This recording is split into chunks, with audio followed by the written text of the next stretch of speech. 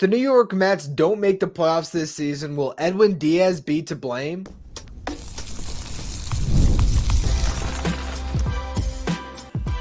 You are Locked On Mets, your daily New York Mets podcast. Part of the Locked On Podcast Network, your team every day. Hello to all you amazing Mets fans. You're watching Locked On Mets, part of the Locked On Podcast Network, your team every day.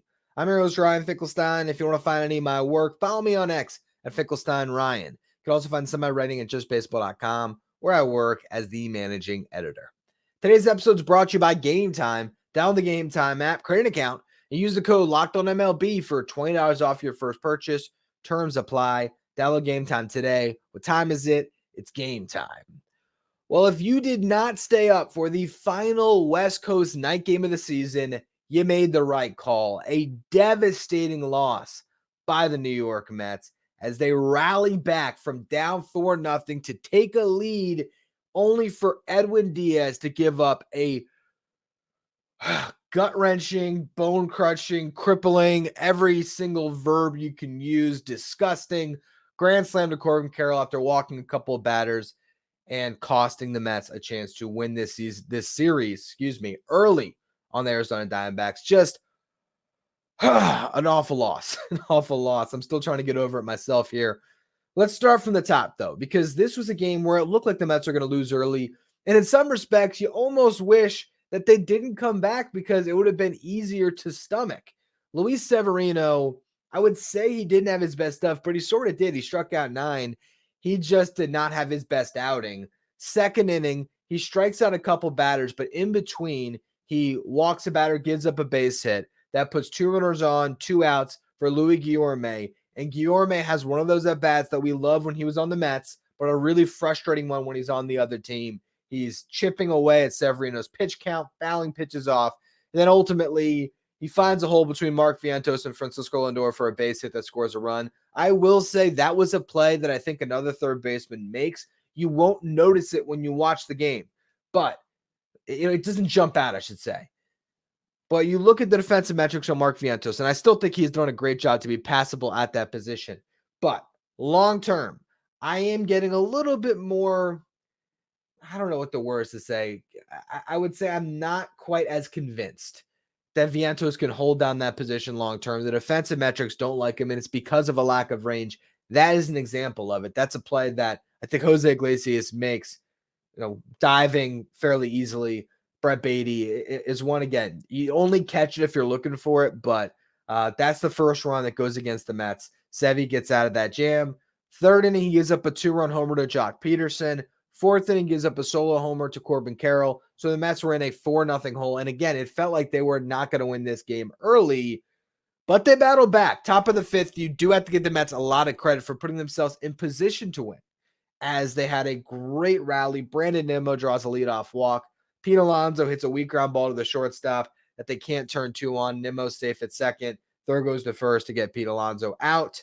Then you had JD Martinez nearly hits another opposite field home run. Hits off the fence. Nimmo scores. Martinez trades places with him on second base. Jose Iglesias, sac fly, allows Martinez to advance to third. He then scores on a base hit by Francisco Alvarez, who is behind in the count 0-2. Rips one up the middle to drive in Martinez. Harrison Bader comes up out of the 9 hole. He hits a 2-run homer. And so all of a sudden, the Mets flip the game just like that. They grab momentum. Sevy goes back out there for the 5th. Mind you, he also got hit in the foot with the comebacker in this game. X-rays came back negative. He's a little bit, banged up for sure, but it doesn't appear like he'll miss his next start. And he does go back out there, gets the first 2 outs of that 5th inning. Then he gives up a double. So Huascar Brazaban comes on. He gets the final out of the 5th. And then Starling Marte uses his speed and manufactures a run for the Mets, which should have been the winning run, but it's not. Marte, though, lays down a perfect bunt to lead things off, gets on with the hit there. Then he steals second base. He's 14 for 14 on stolen base attempts this year. That is spectacular. So he gets himself in scoring position. Brandon Nimmo advances into third on a ground out to the right side. And then Pete Alonso comes up. It's a shallow fly ball to left field. Marte trying to score, goes for it. Throw beats him clearly, but a horrible tag by the rookie catcher, Adrian Del Castillo. And Marte, a great job with that sort of swim move of starting with the left hand, moving that shoulder out of the way of the tag, getting that right hand in there to beat the play. And it felt like the type of run where the Mets were just going to find their way. Problem, they had to get 12 outs and hold a 1-run lead, and they just couldn't do it. A big reason, now that we know, is because Dedniel Nunez wasn't available. We'll talk about that in the final segment. He's not recovering from these outings. That is very concerning. But the Mets try to piece it together. Brazaban goes back out for the 6th, gets 2 outs. I believe he walked the batter. Danny Young comes on to face Corbin Carroll. He finishes that inning, gets 1 out there, goes back out for the 7th inning, gets another out, but then he walks Jock Peterson. So Reed Garrett comes on with 1 out, a runner on. He picks off Jock Peterson, who tried to steal on him, and goes early. Garrett able to make the move to first. Pete Alonso double clutches, but does make the throw to get Peterson out at second. And then Garrett promptly strikes out the batter he was facing to get out of that jam. That felt like a huge bullet dodge by the Mets, but they just couldn't dodge enough of them.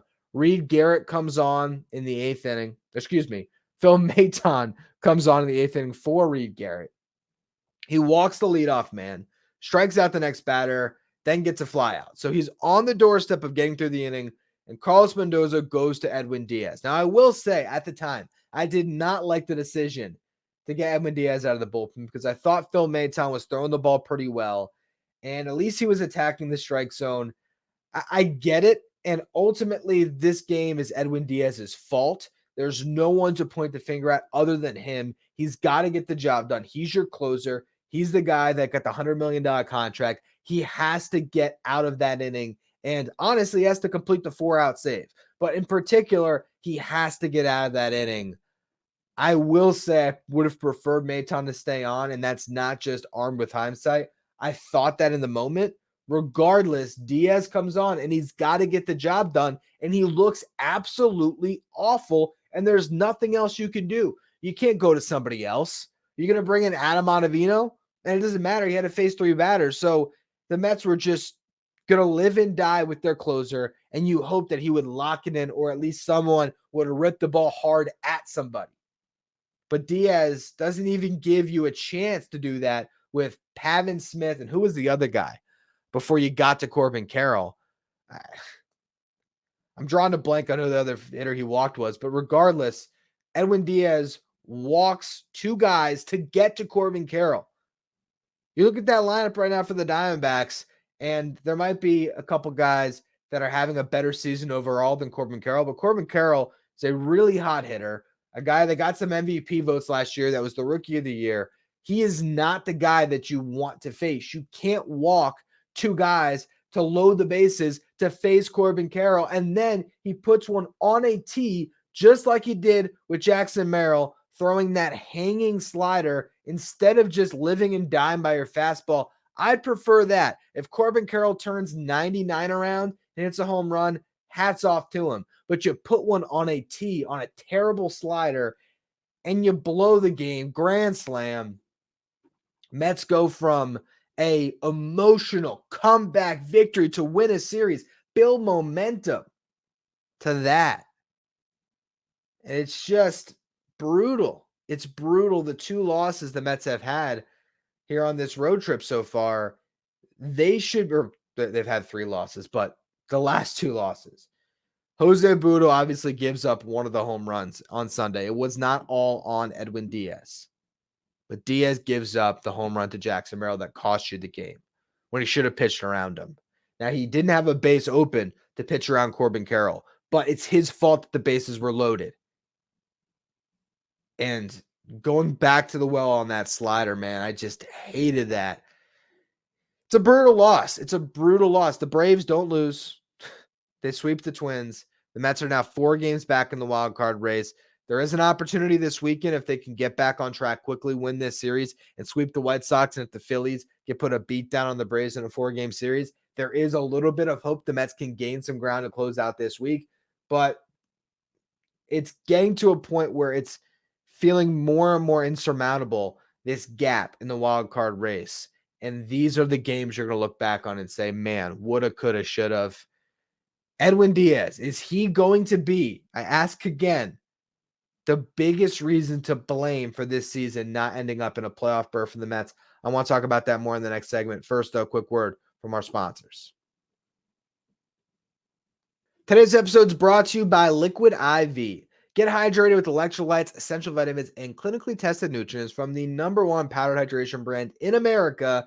Talking about Liquid IV. I love my strawberry lemonade from Liquid IV. It is my favorite drink right now, especially after a workout, because it's so convenient. Tear open a pouch, pour into 16 ounces of water, mix it up, you're good to go. But also, it just makes you feel so much better after that workout. It hydrates you, powered by Live Hydroscience, an optimized ratio of electrolytes, essential vitamins, and clinically tested nutrients that turn ordinary water into extraordinary hydration. You get 3 times the electrolytes of the leading sports drink when you drink Liquid IV. No more thirsty summers when you indulge in hydration with Liquid IV. Get 20% off your first order of Liquid IV when you go to liquidiv.com and use the code MLB at checkout. That's 20% off your first order when you shop Better Hydration today using promo code MLB at liquidiv.com. Today's episode is also brought to you by Game Time. Game Time is the fast and easy way to buy tickets for all the sports, music, comedy, and theater events near you. Game Time has a new feature called Game Time Picks that makes getting tickets for your favorite live event even easier, where Game Time Picks filters out the fluff to show you only the incredible deals on great seats, so you don't have to waste your time searching through thousands of tickets. When I use Game Time, I wait till I'm about to walk into the ballpark, because Game Time is the place to go for last-minute seats. And I pull open the app, I look, try to find the best deals. And the best part is I can view my seat before I buy, and I can hit that toggle feature where I see the all-in prices. So I'm not surprised by hidden fees at checkout. They're all shown for me there. Takes all the guesswork out of buying tickets.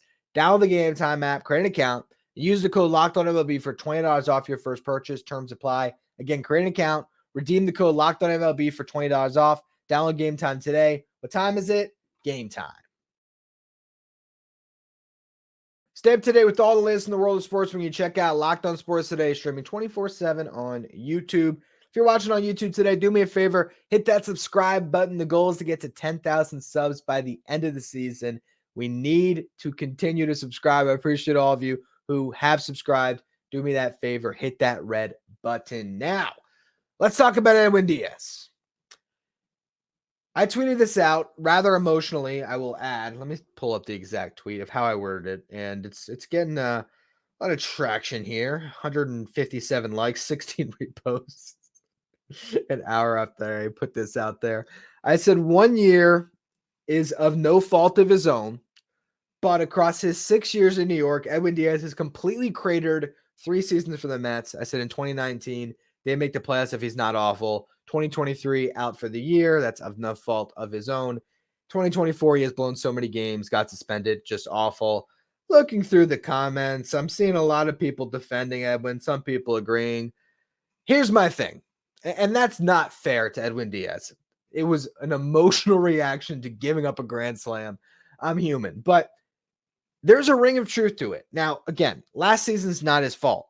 He tears his ACL, or what was it? Was it the MCL? Regardless, tears a ligament in his knee, jumping up and down in the World Baseball Classic. Can't blame him for it. But without Edwin Diaz, I think that season just took a completely different shape than if they had Edwin Diaz and David Robertson in that bullpen last year. I think the Mets would have hung in the race at least. Might have been the best thing for the franchise long-term if some of those prospects they traded for, like a Drew Gilbert, like a Ryan Clifford, like Luis Severino, if those guys pan out, it ended up working out for the Mets. But that season, definitely one where Diaz not being available hurt the Mets. 2019, that team narrowly missed the playoffs, and Edwin Diaz was awful. Remember, he lost his closer job to a combination of Seth Lugo and Justin Wilson. Just a horrible first year with the Mets for Diaz. Now, he was great in 2020, good in 2021, and absolutely elite in 2022. But this new contract that he signed, the first 2 years are looking pretty bad for him. Misses the first year, not his fault. But this year, Edwin Diaz has had an up and down season. but his downs are going to be looked at when it's all said and done as one of the reasons this team comes up a couple games short. We'll see how many games short they end up when it's all said and done, if they do end up short. But he has a brutal May where he pitched to an 8.68 ERA, was 1 for 5 in save opportunities, ended up hitting the IL.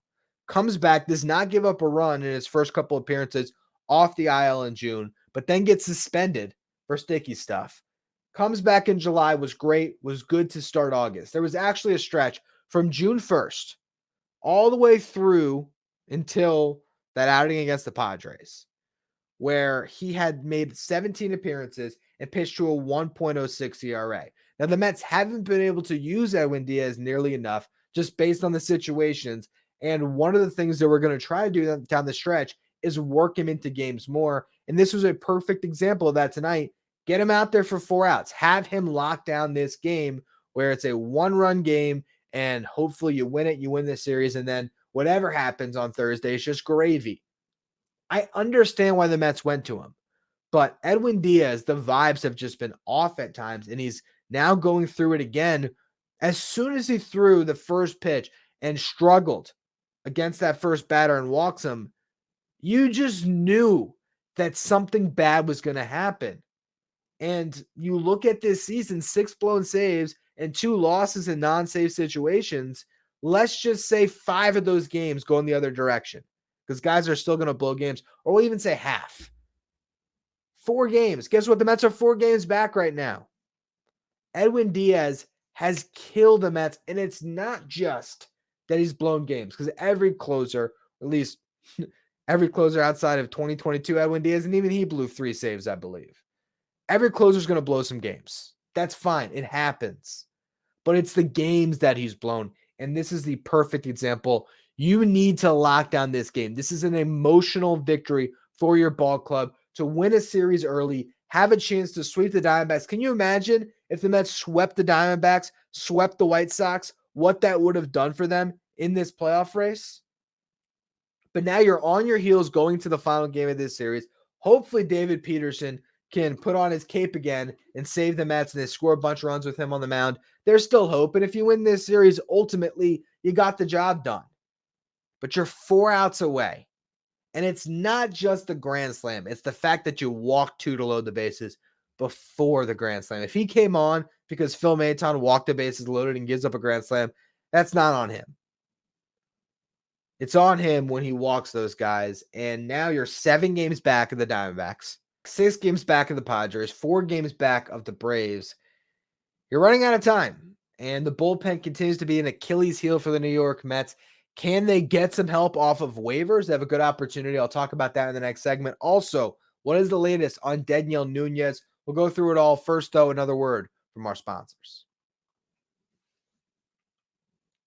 Today's episode is brought to you by Prize Picks. Prize Picks, America's #1 daily fantasy sports app with over 5 million active members, is the easiest and most exciting way to play daily fantasy sports, because unlike other apps, on Prize Picks, it's just you against the numbers. All you do is pick more or less on 2 to 6 player stat projections. You watch the winnings roll in. So on NFL Sunday, week 1, you might look at Tyreek Hill. So you're going to get more or less than 90.5 yards. Aaron Jones is going to run for more or less than 66.5 yards. You can cook up hot takes with your friends and win real money. You can actually win up to 100 times your money on Prize Picks with as little as 4 correct picks. So you could turn $10 into $1,000. Prize Picks is the best way to win real money this football season.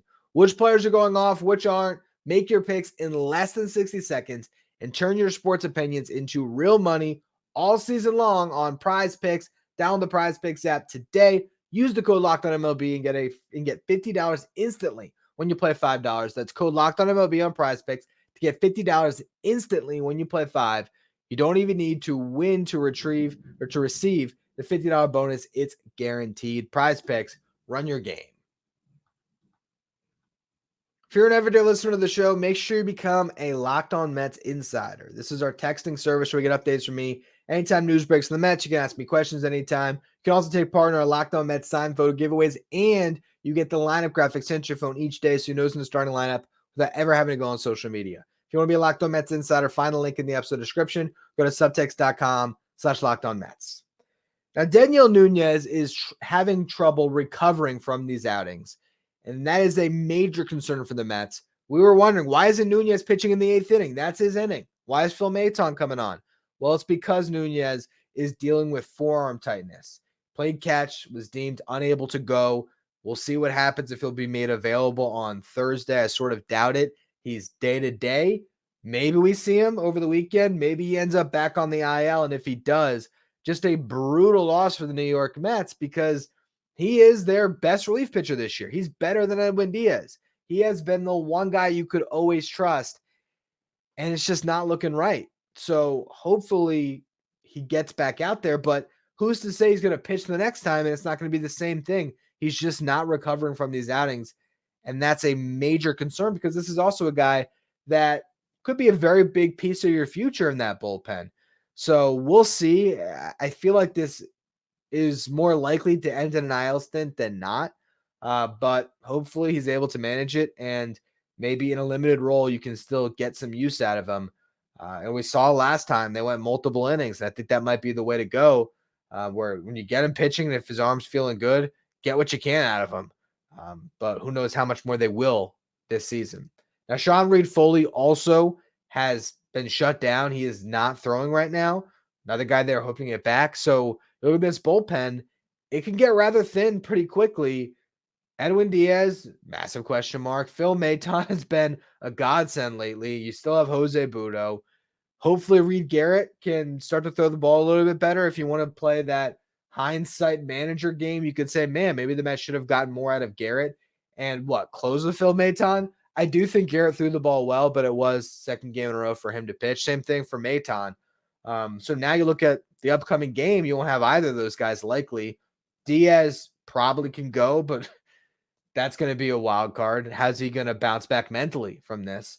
Ryan Stanek hasn't been used, so he should be good to go. And Jose Butto, you would think, will be good to go in this one. So that is one thing you can hope for, that Butto can maybe bridge the gap. Maybe you get a lot of length from David Peterson. For this game, you're shorthanded. It's really on David Peterson to deliver another deep start for the Mets, which is asking a lot because he's going on regular rest and he's just not typically a guy that you'd expect to pitch into the 7th inning. But maybe that's got to change here. And the Diamondbacks are clearly better suited to face right-handed pitching. So I'm glad they went to Peterson for this game. Huge rubber match. We'll see what happens. But moving forward, could you get another guy to slot into the back end of your bullpen off of waivers? The Mets will have that opportunity. Taylor Rogers has hit waivers. He's a Giants pitcher right now. He's one of the Rogers brothers. He is not the funky righty that throws from the crazy arm slot. He does throw a little bit sidearm, but more 3/4 sidearm than whatever you submarine for his brother. Taylor Rogers, 33-year-old reliever, has a career 3.36 ERA, and this year a 2.45 ERA. The reason why the lefty hits waivers is he is making a lot of money. $12 million this season, $12 million next season. That is not an insignificant contract. You could take $12 million and get 2 or 3 relievers in free agency. So you're picking up a guy that you're committing to next year for a lot of money, but money should not be an object for the New York Mets. You look at the other teams that are ahead of them on waivers, I can't see a reason why anybody else would claim him before the Mets got this opportunity. Maybe the Cubs, but they just got rid of Hector Neris over money. So are they really going to pick up a $12 million contract for next season? I just don't see it. The Mets probably are the one team that would consider this. Unless there's another team, of course, that's past the Mets on the waiver list. One of the contenders, then yeah, it might be a no-brainer for, I don't know, pick your team, Yankees, Orioles, whatever team needs a reliever. But the Mets will have an opportunity likely to say yes or no, we want Taylor Rogers to come aboard. He has a bit of reverse splits, but the Mets have Danny Young to face lefties. So I'd see Rogers more as a guy that could be an 8th inning guy or a 7th inning guy. Again, a 2.45 ERA this season and over 50 innings pitched. I think the Mets should grab him. You just don't get opportunities like this often. I would say maybe they're waiting potentially for another name to hit the market. The Rangers are 10 games back. They're probably not going to make the playoffs. No, I should say, if they're not going to make the playoffs, maybe they put some pitching on waivers. If David Robertson ends up on waivers, maybe you grab him. But Rogers is definitely a good relief pitcher that's available for just cash. And I would think the Mets might jump all over this one. I don't know if that's going to change their season significantly, but you have a chance to get a guy that is better than Huascar Brazaban, better than Adam Ottavino, Ryan Stanek, better than Danny Young even, although Danny Young is throwing the ball well enough that I think you might keep him. If they made this move tomorrow, I'm trying to think who would go. I mean, Nunez could end up on the IL, and then it's just that simple. Nunez on the IL. When Tyler McGill makes a start on Friday, which they have announced, it'll be McGill, then Quintana in that series against the White Sox. You could then see Brazaban go, but if it's Steve Cohen's money and David Stearns has the opportunity to say yes, I don't know why the Mets wouldn't take it unless they just don't like the idea of him on the books next year. But I think Mets fans would be pretty critical if this guy goes unclaimed through the waivers process, or gets claimed by someone that has a better record than the Mets, which meant the Mets turned Rogers down and let another team grab him. To me, it feels like a no-brainer, but we'll see if they actually decide to make that waiver claim, or if somebody else can wiggle free here, whether that is a Robertson or somebody else that we're not thinking about. The Mets can make another claim here or a different claim to potentially bolster this bullpen. But this is the thing that appears to be the weak spot that will haunt them, that will cost them this season. This bullpen, too many blown games in August. Was it 5 now? That easily could have gone the other way for the Mets. That's the difference between being in a playoff spot and being 4 games out, and you're trying to catch a team in the Braves that's just not going to make those mistakes. So hopefully the Mets can find their way to still beat the Diamondbacks in this series that they should have already won. And then maybe they can handle business against the White Sox and catch up to the Braves a little bit this weekend. But a gut-wrenching loss just could spell the beginning of the end of the Mets season. I hate to be that dramatic, but that's how it feels in this moment. The last 2 losses, just killers. Edwin Diaz has to be better. The Mets bullpen has to be better. And we'll see if they can actually come together down the stretch and get this team into October. Anyway, that's going to be all for today's edition of Locked On Mets. I appreciate all of you who tuned in. Tomorrow's show will recap whatever happens in this final game of the series, preview lies ahead against the White Sox, maybe talk a little prospects. So if you're listening on the audio side, make sure you follow, rate, and review wherever you get your podcast. If you're watching on YouTube, do me a favor, hit that subscribe button. Trying to get to 10,000 subs by the end of the season, so I appreciate all of you who continue to subscribe.